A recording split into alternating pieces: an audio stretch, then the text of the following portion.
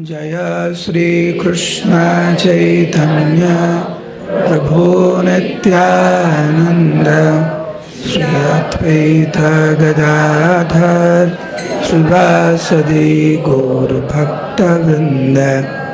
हरे कृष्ण कृष्ण कृष्ण हरे हरे, हरे राम राम राम हरे हरे। मूकं करोति वाचालं पंगुं लंघयते गिरिं यत्कृपातमहं वन्दे श्रीगुरुं दिनतारिणं परमानन्दमाधवं श्रीचैतन्य ईश्वरं। नमो ओं विष्णुपदाय कृष्णपृष्ठाय भूतले श्रीमते जयपताका स्वामिनिति नामिने। नमः आचार्यपादाय निताय कृपाप्रदायिने गौरकथा धामदाय नगरग्रामतारिणे। तो प्रथमे कृतज्ञता জানাচ্ছি এই কারণে যে আসানসোল সেন্টারে একটি প্রথা চলে আসছে দীর্ঘদিন ধরে, যে একাদশীর দিনে আপনারা এই মন্দিরে সমবেত হন, হরিকথা শ্রবণ করেন, কীর্তন শ্রবণ করেন, আর তারপরে একসাথে প্রসাদ পান আপনারা। তো আজকের হচ্ছে সেই দিব্য একাদশী তিথি। আমার একটু আসতে দেরি হয়ে গেল, কারণ আমাদের ধানবাদে বিহার এবং ঝাড়খণ্ডের স্টেট কাউন্সিল মিটিং হচ্ছিল। তো ওইটা করেই আমি ধানবাদ থেকে এক্ষুনি আসলাম, ক্ষমা করবেন। জীবনে আমরা অনেক কিছু পেয়েছি,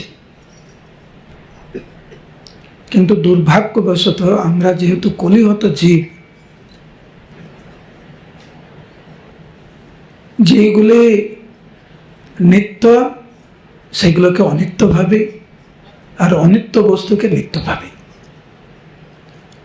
আপন জনকে পর ভাবে, আর পরকে আপন ভাবে। ছোট্ট উদাহরণ দিতে পারি। দেখবেন পরিবারে 2-3 জন একসাথে বসেছে, বাবা মা নিজের সন্তানদের নিয়ে বসেছে, সন্তানরা মোবাইল নিয়ে ব্যস্ত। মোবাইল কি আপন না পর? তো বাবা মা সামনে আছে, কিন্তু বাবা মার সাথে কথা বলার সময় নেই। কোন দূরে একটা কেউ না কেউ তাকে চিনে বা না চিনে জানি না, সে ফেসবুকে আরেকজনের সাথে চ্যাট করাতে খুব ব্যস্ত, মানে খুব ব্যস্ত। তার মানে কি আপন জনকে বেশি গুরুত্ব দিচ্ছি না, আপন জনকে পর ভাবছি, আর যে পর তাকে নিয়ে এত মাতামাতি।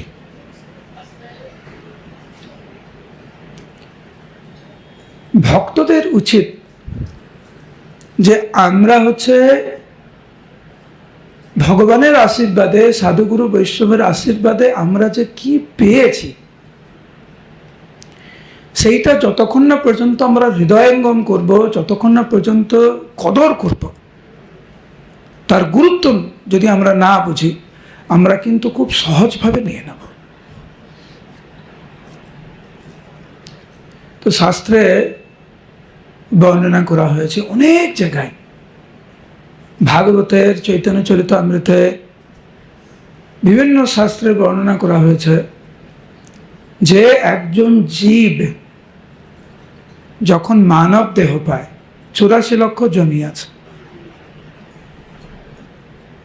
অনন্ত কাল ধরে আমরা এই ভৌতিক সংসারে জন্ম মৃত্যু জরা ব্যাধির চক্রে আমরা এরকম করে ঘুরছি বিভিন্ন জমিতে।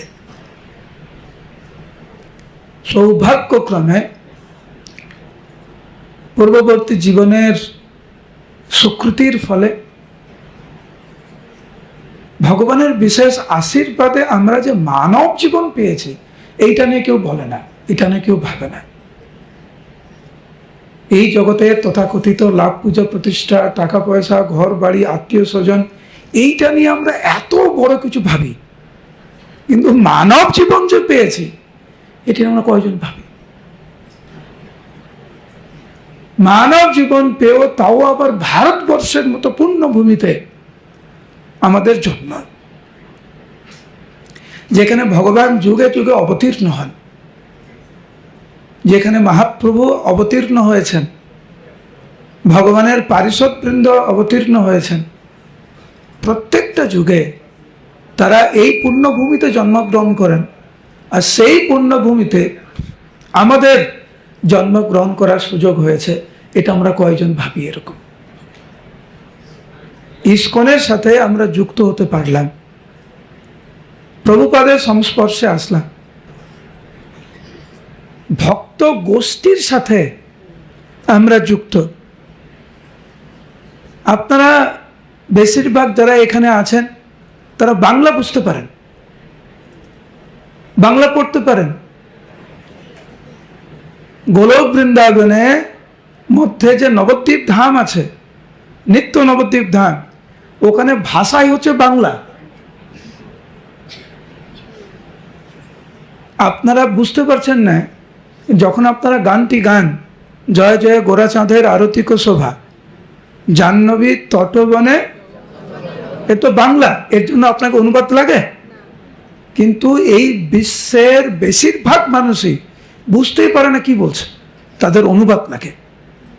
শ্রীগুরু চরণ পদ্মা কেবল ভকতি সৎমা বন্দময়ী সাবধানা মতে, তারপরে যাহার প্রসাদে ভাই এভাব তরিয়া যায়, কোন অনুবাদ লাগে? বাংলা ভাষা বুঝেন, মানব জীবন পেয়েছেন, ভারতবর্ষে আপনাদের জন্মগ্রহণ, ইস্কনের সাথে যুক্ত হয়েছেন, প্রভুপাদের সংস্পর্শে এসেছেন, এই একাদশীর দিনে মাধবী তিথিতে মন্দিরে এসেছেন জগন্নাথের সামনে। কেন আমরা এইভাবে ভাবি না? কান্নায় ভেঙে পড়েছে। কেন? দুর্গাপুজোর সময় আমাকে কোনো নতুন জামা কাপড় কিনে দেওয়া হলো না, হায় আমার কি হবে। ওই বন্ধু ওইখানকার ট্যুরে গেল, আমি যেতে পারলাম না, হায় আমার কি হবে। ছোটখাটো জিনিস নিয়ে এত পাগলামি, আর যেগুলো আসল বস্তু আমরা পেলাম ওর গুরুত্ব বুঝলাম না। সেই জন্য সময় এসেছে নিজের ভক্তি জীবনের দায়িত্ব নিয়ে এইগুলো বুঝে জীবনকে আসল পরিবর্তন করা। গঠনমূলক চিন্তা ভাবনা দরকার আমাদের। এত প্রতিকূল চিন্তা ভাবনাকে পরিত্যাগ করে অনুকূল চিন্তা ভাবনা করুন। কি নেই ওইটা নিয়ে পাগলামি, কিন্তু ভগবানের আশীর্বাদে যা আমরা পেয়েছি ওটার কোনো কদর নেই। কেন? যেগুলো ভগবানের আশীর্বাদে পেয়েছি ওগুলো তো আমরা কেন ধ্যান দিচ্ছি না? ওইগুলোতে যদি আমরা ধ্যান দিই, যেগুলো হচ্ছে অপূর্ণ, যেগুলো আছে সেগুলো আপনা আপনি আসবে, কিন্তু আমাদের ওই দিকে মন নেই। কি নেই ওইটা নিয়ে পাগলামে। সেই জন্য আজকের এই একাদশী তিথিতে একটা জিনিস আপনাদেরকে অনুরোধ করবো, হবে ভগবানের আশীর্বাদে যে আমরা যে মানব জীবন পেয়েছি, ভারতবর্ষে আমাদের জন্ম, সেবাতে যুক্ত হয়েছে। আপনারা জানেন ভগবানকে, হরে কৃষ্ণ মহামন্ত্রে আপনারা জপ করেন, প্রভুপাদের সংস্পর্শে এসেছেন, একাদশী পালন করছেন, ভক্তের সাথে কীর্তন করতে পারছেন, চরণামৃত নিতে পারছেন, হরিকথা শ্রবণ করতে পারছেন, বাংলা ভাষা বুঝতে পারেন, চৈতন্য চরিতামৃত পড়ার জন্য আপনাদের অনুবাদ লাগে না। এই যে আশীর্বাদ আমরা পেয়েছি, এগুলো কেন আমরা কদর করব না? কেন তুচ্ছ জিনিসের জন্য পাগলামি করব? এত মন খারাপ কেন? কেন একাকিত্ব অনুভব করেন? তো হওয়ার কথা না এগুলো। ভগবানের নাম নিয়ে আছেন, কেন মন খারাপ, কেন দুঃখ? তার মানে সঠিকভাবে প্রভুপাদ যে আশীর্বাদ আমাদেরকে দিয়েছেন ওগুলো আমরা অনুভব করতে পারছি না। তো আজকে সকালবেলা আমি ক্লাস দিয়েছিলাম ধানবাদে। ওইখানে আমরা একটা বিষয় আলোচনা করছিলাম যে আমরা যে কি করুণ পরিস্থিতির মধ্যে আছি, আমাদের মানসিক যে অবস্থা, এইটা আমাদেরকে আগে স্বীকার করতে হবে। আমাদের যে অনেক জটিল পরিস্থিতি, সমস্যায় জর্জরিত, আমরা কেউ ভালো নেই। যতটুকু আমরা কৃষ্ণ বিমুখ ততটুকু আমরা ভালো নেই, যতটুকু আমরা কৃষ্ণ উন্মুখ ততটুকু আমরা ভালো। এবার আপনারা ঠিক করুন আপনারা কতটা ভালো কতটা খারাপ। পরিস্থিতির কথা বলছি। আমরা আলোচনা করছিলাম যে যখনই আমাদের প্রতিবন্ধকতাগুলি যেগুলো রয়েছে জীবনে, যে সমস্ত বিষয়ে আমরা জর্জরিত, কাম, ক্রোধ, লোভ, মোহ, মদ, মাৎসর্য ইত্যাদি, এগুলোকে স্বীকার করে নেওয়া। আমরা সবসময় জব সম্পর্কে বলি, কেমন জপ হচ্ছে, জব কেমন করছেন? আপনারা উত্তর দেন। আপনারা তো সবাই জব করেন, কেমন জপ হচ্ছে শুনি একটু। ভালো। এই যে আপনারা বলে ফেললেন ভালো, সত্যিকারের ভালো জপ হচ্ছে, কিন্তু বলে ফেললেন। কিন্তু কতটুকু ধারণা রয়েছে আমাদের জব সম্পর্কে যে আমরা বলে ফেললাম? কারা কারা ভগবানকে মানেন বলুন হরি বল। সত্যিকারের মানেন? এটাও কিন্তু মুখের কথা, কার্যকরিতা নয়। কারা কারা গীতা মানেন বলুন হরি বল। সত্যিকারের গীতা মানেন? কে বললো হ্যাঁ জোর করে? ব্যাপারটা হচ্ছে আমি একটা ছোট্ট কথা বলি, উদাহরণ দিই। আপনারা বলছেন গীতা মানেন, যে কোনো সনাতন ধর্ম অবলম্বনকারীকে জিজ্ঞাসা করুন গীতা মানেন? কোনোদিন না বলবে না, সবসময় বলবে হ্যাঁ। গীতায় কি লেখা আছে মানেন? যে গীতাকে আমি জানি না, বেশিরভাগ বলতেই পারবে না। আর যারা বলতে পারবে, যেন আপনারা গীতা পড়েছেন, আপনারা বলতে পারবেন গীতায় ভগবান কি বলেছেন। তো ভগবান গীতায় যেটা বলেছেন সেটা আমরা পালন করি।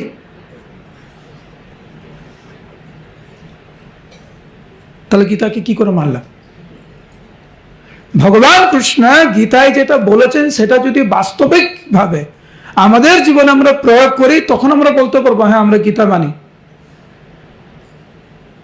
আপনারা বলছেন ধরুন ভগবানকে মানে, আরেকবার জিজ্ঞেস করি, আরেকবার উত্তর দেন, ভেবে চিন্তে উত্তর দেন, তারপরে আমি বলবো কারা কারা ভগবানকে মানেন বলুন হরি বল। অনেকে হরি বল বলছে, অনেকে পুরো চুপ। বুঝতে পারছেন প্রভু এরপরে কি বলবে, ভয় বলছে না। আচ্ছা, ভগবানকে যদি মানেন, ভগবান কোথায় থাকে বল? হৃদয়ে থাকে। তো ভগবান যদি আপনার হৃদয়ে থাকে, এই বিশ্বাসটা যদি থাকে, জীবনে কিরকম জীবনটা কেমন হতে পারে যদি আমি উপলব্ধি করি এই মুহূর্তে ভগবান আমার সাথে আছে। একটু ভাবুন, কখনো মিথ্যা কথা বলতে পারবেন? কখনো পাপ কর্মের কথা চিন্তা করতে পারবেন? মানে করা তো দূরের কথা, কখনো জীব হত্যা করতে পারবেন? কখনো অন্য কোনো ভক্তকে গালি দিতে পারবেন? কখনো অন্য কোনো ভক্তের সম্বন্ধে খারাপ কিছু ভাবতে পারবেন? কখনো সম্ভব না। আমরা ভাবি কেউ দেখছে না, কেউ শুনছে না, সেই জন্য আমরা কিছু বলে ফেলি, কিছু চিন্তা করে ফেলি, কিছু করে ফেলি। কেন? এই বিশ্বাসটা আমাদের নেই যে ভগবান আছেন, ভগবান আমাদের হৃদয়ে আছে, সব কিছু দেখছে, সব কিছুর সাক্ষী। আমি যদি আপনার সামনে দাঁড়িয়ে থাকি, একদম সামনে, আপনি পারবেন প্রণামী বক্স থেকে টাকা চুরি করে নিয়ে যেতে? যখন কেউ দেখছে না তখন কিছু করলেন। এটার কারণ হচ্ছে আমরা বেশিরভাগ মুখে মানি, কাজে মানি না। মহাপ্রভু বললেন বেদ মুখে মানে, কিন্তু বেদ নিষিদ্ধ পাপ করে ধর্ম নেই জানে। বেদ মুখে মানি কিন্তু কার্যকরিতায় নয়। সেই জন্য আমাদের এই দুরবস্থা ভক্তি জীবনে।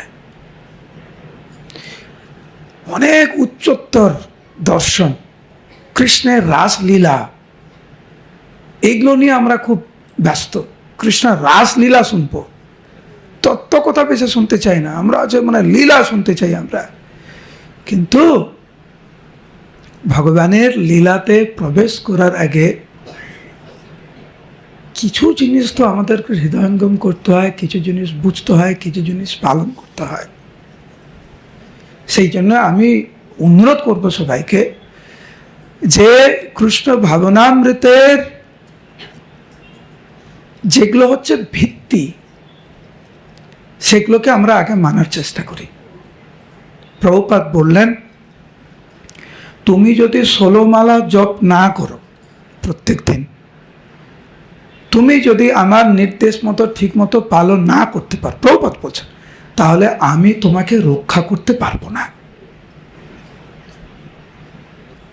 এখানে কে বলতে পারবে হাত উঠিয়ে যে প্রভু আমি প্রত্যেক দিন একাগ্র চিত্তে পূর্ণ মনোযোগ সহকারে আমি 16 মালা জপ করি প্রত্যেক দিন? হাত উঠান।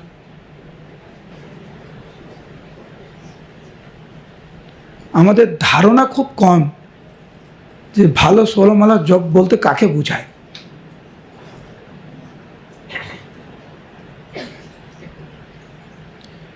প্রভুপাদ আমাদেরকে কি করে রক্ষা করবে? ধরুন আপনি জব করছেন, ঠিক আছে, মহাপ্রভু আপনার সামনে বসে আছে। একটু ভাবুন, সাক্ষাৎ মহাপ্রভু আপনার সামনে বসে, আপনি কেমন জব করতেন? মহাপ্রভু বলছেন, আচ্ছা তুমি একটু জব করো তো, আমি একটু শুনি তোমার জব, আমাকে ডাকো তো একটু, কেমন করে ডাকো আমাকে, দেখি তুমি কেমন, আমার প্রতি তোমার কেমন টান, তুমি আমাকে ভালোবাসো, দেখি একটু জব করো তো, দেখি আমি কেমন করতেন আপনি জব, এখন কেমন করি।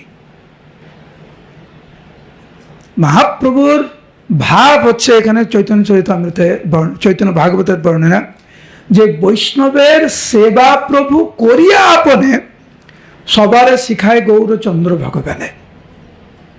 বৈষ্ণব সেবা প্রতিষ্ঠা করার জন্য গৌরচন্দ্র এই জগতে আবির্ভূত হলেন এবং বৈষ্ণব সেবা নিজে করে উনি দেখালেন।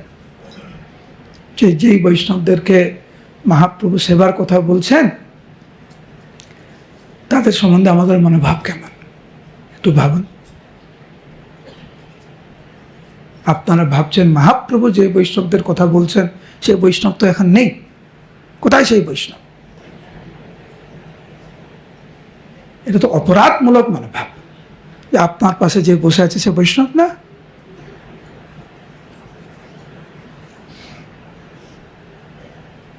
ভক্তিবিনোদ ঠাকুর বললেন, সমস্ত অপরাধের কারণ, সেবা অপরাধ, নাম অপরাধ, ধাম অপরাধের মূল কারণ হচ্ছে অমনোযোগী জপ।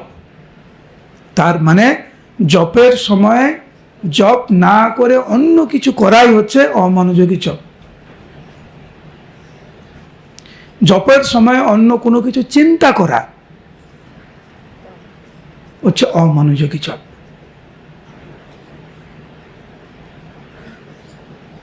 এইগুলো হচ্ছে ভগবত ভক্তির ভিত্তি। আরেকটা বিষয়, গুরু মহারাজ এইবারে ব্যাস পূজাতে ওনার ব্যাস পূজার যে উপদেশ শিষ্যদের প্রতি, সেইখানে গুরু মহারাজ বলেছেন যে প্রত্যেকটি ভক্তের 4-5 জন করে শিক্ষাগুরু থাকা উচিত।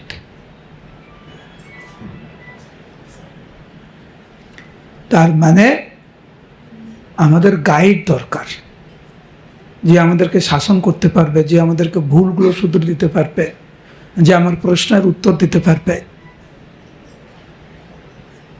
আমরা বলতে পারবো হ্যাঁ আমার জীবনে 4-5 জন আছে যার কথা আমি শুনি, যাকে আমি মানি।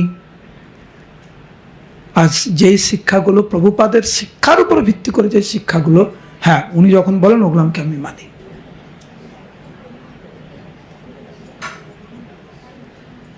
মহাপ্রভু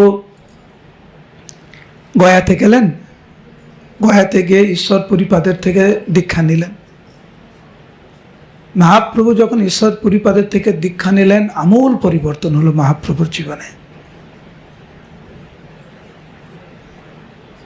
কৃষ্ণ প্রেমে পাগল হলেন মহাপ্রভু।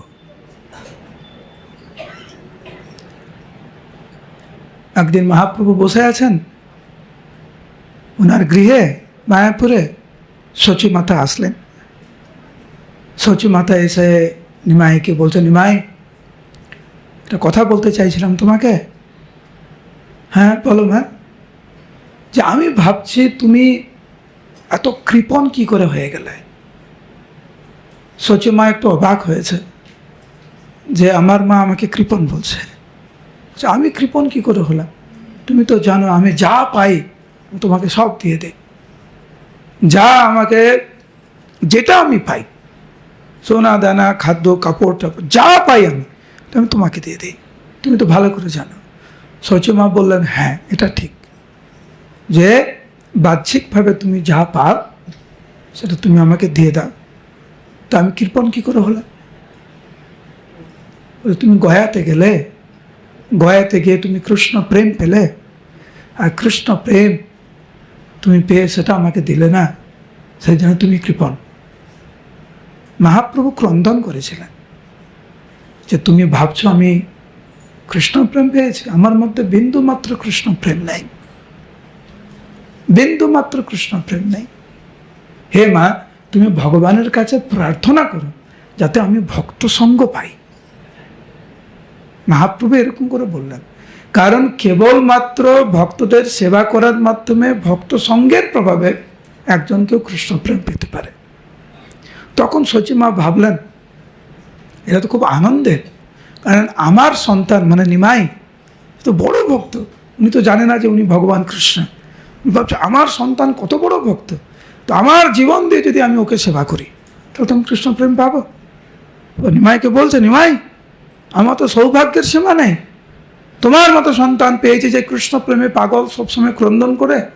তোমার মতো সন্তানকে আমি পেয়েছি, তোমার মতো সন্তানকে যদি আমি সেবা করি আমি কৃষ্ণ প্রেম পাবো। মহাপ্রভু মনে মনে ভাবলেন যে মা যেটা বুঝল তো ঠিক। সঙ্গে সঙ্গে সচী মাকে কৃষ্ণ প্রেম দিলেন। বৈষ্ণব সেবা কখন করা যায়? সবাই বলুন হরে কৃষ্ণ। উচ্চস্বরে হরে কৃষ্ণ, আরেকবার হরে কৃষ্ণ। জীবনে দুটো জিনিস মনে রাখবেন, আপনাকে গড়তে পারে, আপনাকে শেষ করে দিতে পারে। মন দিয়ে শুনুন, এটা বলার পরে আমি ক্লাস শেষ করব। একটি গুণ যা আমাদেরকে গড়তে পারে, আরেকটি গুণ আমাদেরকে তছনছ করে দিতে পারে, ভক্তি জীবন শেষ করে দিতে পারে। যে গুণটি আমাদেরকে তৈরি করতে পারে, যে গুণটি আমাদেরকে গুরুদেবের চরণে নিয়ে আসতে পারে, যেই গুণটি ভগবানকে আকৃষ্ট করে, যেই গুণের মাধ্যমে আমরা ভগবত ধামে ফিরে যেতে পারি, তা হচ্ছে বিনয় ভাব, বিনম্রতা। বিনম্র ভাব থাকলে ভগবানের সাথে সম্পর্ক সুদৃঢ় হয়, ভক্তদের সাথে সম্পর্ক সুদৃঢ় হয়, ভগবানের নামের সাথে সম্পর্ক সুদৃঢ় হয়, আর ভগবানের ধামের সাথে সম্পর্ক সুদৃঢ় হয়। যেখানে বিনয় ভাব নেই সেখানে দেখবেন কোনো সম্পর্ক টিকে না। একজনকে তো নত স্বীকার করতে হবে, কেউ কারোকে ছাড়ছে না, কারোর মধ্যে বিনয় ভাব নেই, তাহলে তো সম্পর্ক টিকবে না। বৈষ্ণব চিনতে গেলেও বিনয় ভাব লাগে। আর বিনম্রতা হচ্ছে মহাপ্রভুকে খুব খুশি করেন। আজকের একজন ভক্ত বলছিলেন যে উনি গুরু মহারাজকে জিজ্ঞাসা করছেন যে মহাপ্রভু কোন গুণটি সবচাইতে বেশি পছন্দ করেন ভক্তের মধ্যে। মহাপ্রভু একজন ভক্তের মধ্যে কোন গুণে সবচাইতে বেশি আকর্ষিত হন? গুরু মহারাজ উত্তর দিলেন বিনম্রতা। যেই ভক্তের মধ্যে যত বিনম্রতা, তার প্রতি মহাপ্রভু তত আকর্ষিত, তত কৃপা প্রদান করেন। তো একটু চিন্তা করবেন এটার বিষয়ে। এখন এইটা শুধু আবার মুখের বলার মতো যেন না হয়। বললাম না কারা কারা ভগবানকে মানে, সবাই বলছেন হরি বল, কারা গীতা মানে সবাই বলছেন হরি বল। আমরা বুঝতেই পারছি না ভগবানকে মানা মানে কি, গীতা মানা মানে কি। এখন যখনই বলবো কার মধ্যে বিনয় ভাব আছে, সবাই হাত তুলো, আমার মধ্যে বিনয় ভাব আছে, তো মানে কি বুঝতে হবে আপনাদের। মহাপ্রভু বলছেন অমানেন মানদেন কীর্তনিয়া সদা হরি তৃণাদপি সুনীচেন তরোরিব সহিষ্ণুনা এটা হচ্ছে বিনয় ভাব। কত বিনয় হতে হবে। আমাদের এখন স্বভাব হচ্ছে কেউ যদি আমাকে কিছু বলে আমি তো কথা শুনিয়ে দেবো, এটা হচ্ছে আমাদের ভাব। এটা তো তৃণাদেবী শুনেছেন না তো। আমাদের মনোভাব হচ্ছে আপনি যদি আমার সাথে ভালো ব্যবহার করেন আমি আপনার সাথে ভালো ব্যবহার করবো, আপনি যদি খারাপ ব্যবহার করেন আমি আপনাদের খারাপ ব্যবহার করবো। কিন্তু এটা তো অমানে না মানে দেন না। মানে দেন মানে হচ্ছে আপনি আমার সাথে ভালো ব্যবহার করুন বা খারাপ ব্যবহার করুন, আমার থেকে সবসময় ভালো ব্যবহার পাবেন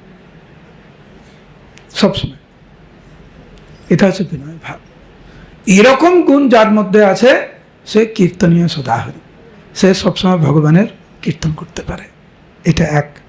এই বিনম্রতা আমাদেরকে গড়ে তুলে ভক্তি জীবনে, আর যেই গুণটি আমাদেরকে শেষ করে ফেলে তা হচ্ছে হিংসা। একটু পরে প্রসাদ পাবেন, আপনার প্লেটের থেকে অপরের প্লেটে নজর বেশি, ও কতটুকু কি পেল শুরু হয়ে গেল।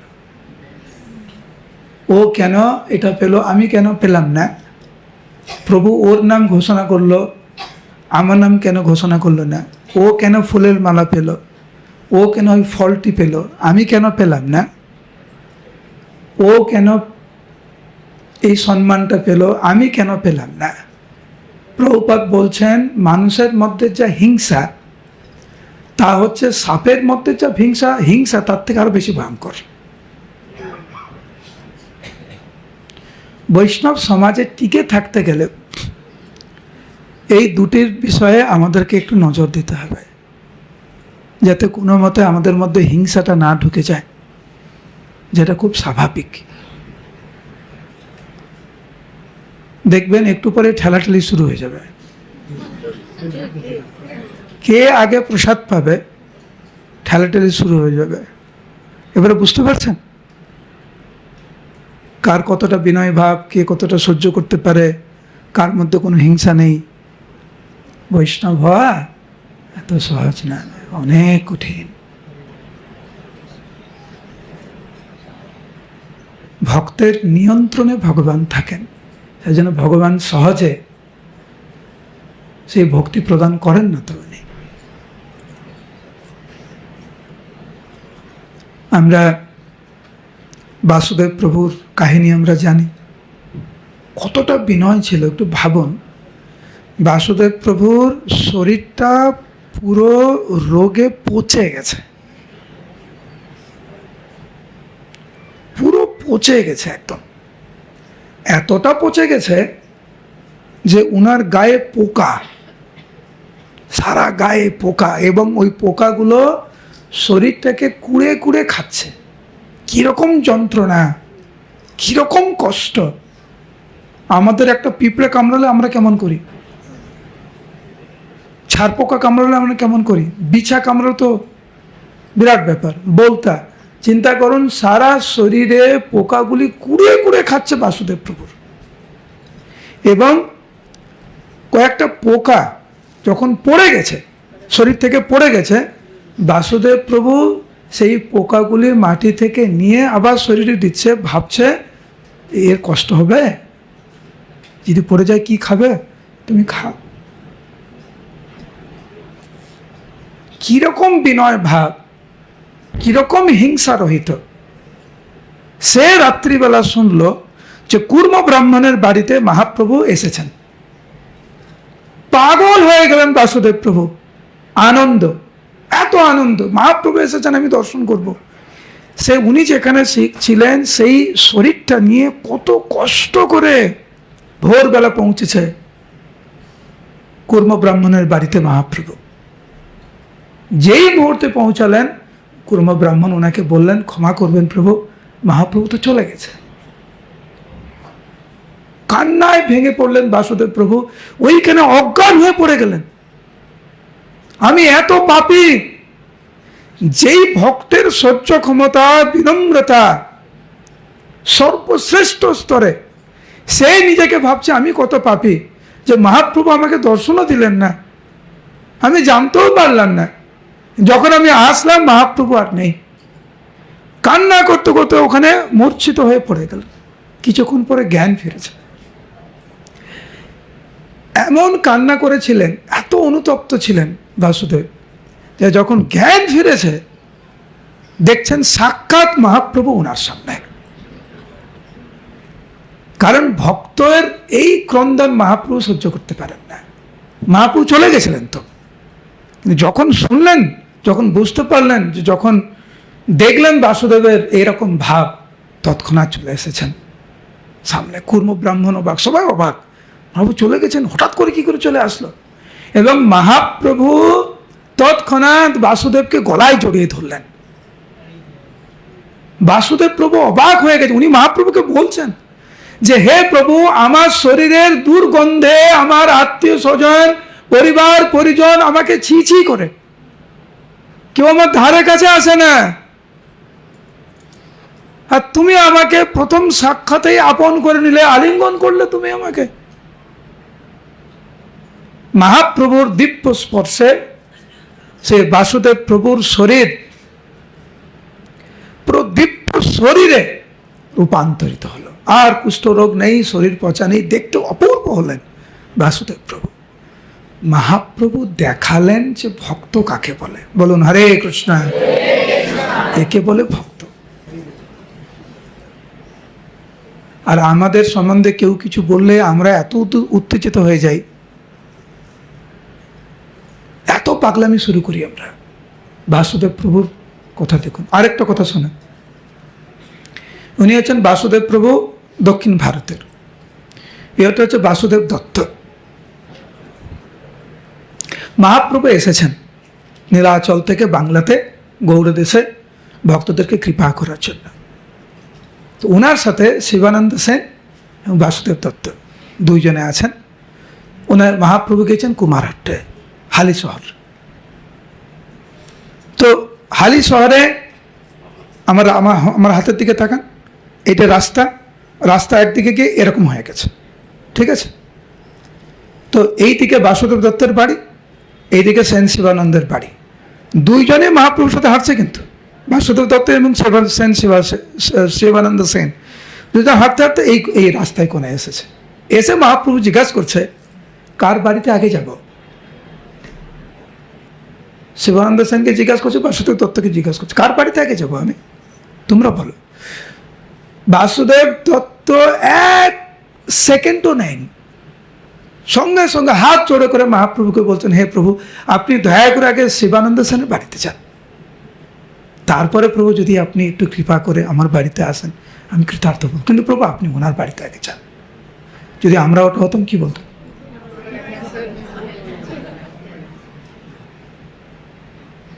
মহাপ্রভু বাসুদেব দত্তের এই ভাব নিয়ে এত সন্তুষ্ট ছিলেন। মহাপ্রভু বললেন হে ভক্তগণ, তোমরা শ্রবণ করো, আমি বারবার বলছি আমার এই শরীর কেবল বাসুদেব দত্তের, ও আমাকে যেখানে চায় সেখানে বিক্রি করে দিতে পারে। এত প্রসন্ন ছিলেন মহাপ্রভু বাসুদেব দত্তের প্রতি। কেন এরকম মনোভাব? কারণ প্রকৃত ভক্তের মনোভাব বাসুদেব দত্তের মধ্যে ছিল।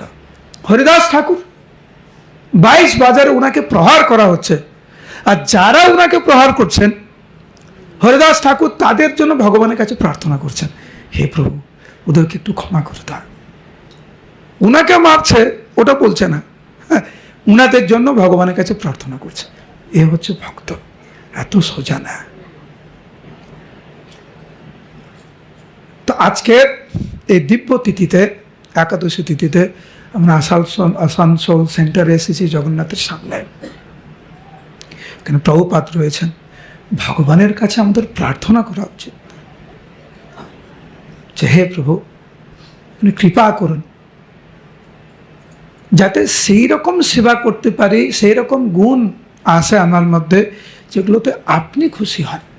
আপনারা শুনলেন আজকে 3-4টে গুণের কথা, যেই সমস্ত গুণের দ্বারা ভগবান নিজে আকর্ষিত হন। আমি বললাম মানব জীবন পেয়েছে, ভারতবর্ষে আমাদের জন্ম, ইসকনের সাথে যোগাযোগ আপনাদের, ইসকন আসানসোল সেন্টারের সাথে আপনারা যুক্ত, একাদশীতে আপনারা এসেছেন, কীর্তন করেছেন, প্রসাদ পাবেন, হরিকথা শ্রবণ করছেন, কত সুযোগ আমাদেরকে দিয়েছেন। ভগবানের কাছে আমরা প্রার্থনা করি যাতে এই সুযোগগুলো আমরা সঠিক মনোভাব নিয়ে আমরা এগোতে পারি। আর দ্বিতীয়ত সবচাইতে গুরুত্বপূর্ণ হচ্ছে এখানে এত ভক্ত আছে, কোনো ভেদাভেদ করবেন না, সবাইকে সম্মান করতে শিখতে হবে আমাদেরকে। যেমন এই মাতাজির কপালে তিলক আছে, ওই মাতাজির কপালে তিলক নেই, কিন্তু উনি তো এসেছেন একাদশী তিথিতে মন্দিরে, উনি তো ভক্ত, হতে পারে তিলক নেই। কে বলেছে যে যার কপালে তিলক নেই সে ভক্ত না? কোথায় শুনেছেন আপনি? মহাপ্রভু তো এরকম বাদ বিচার করেননি, ওনার সাথে ভালো ব্যবহার করুন, উনি আপনার থেকে সুন্দর তিলক করবে একদিন, কোনো ভেদভাব না। যে এই মন্দিরে আসবে, এটা জগন্নাথের বাড়ি। এটা কার বাড়ি? আরেকবার, আপনারা কোথায় আছেন? মনে রাখবেন,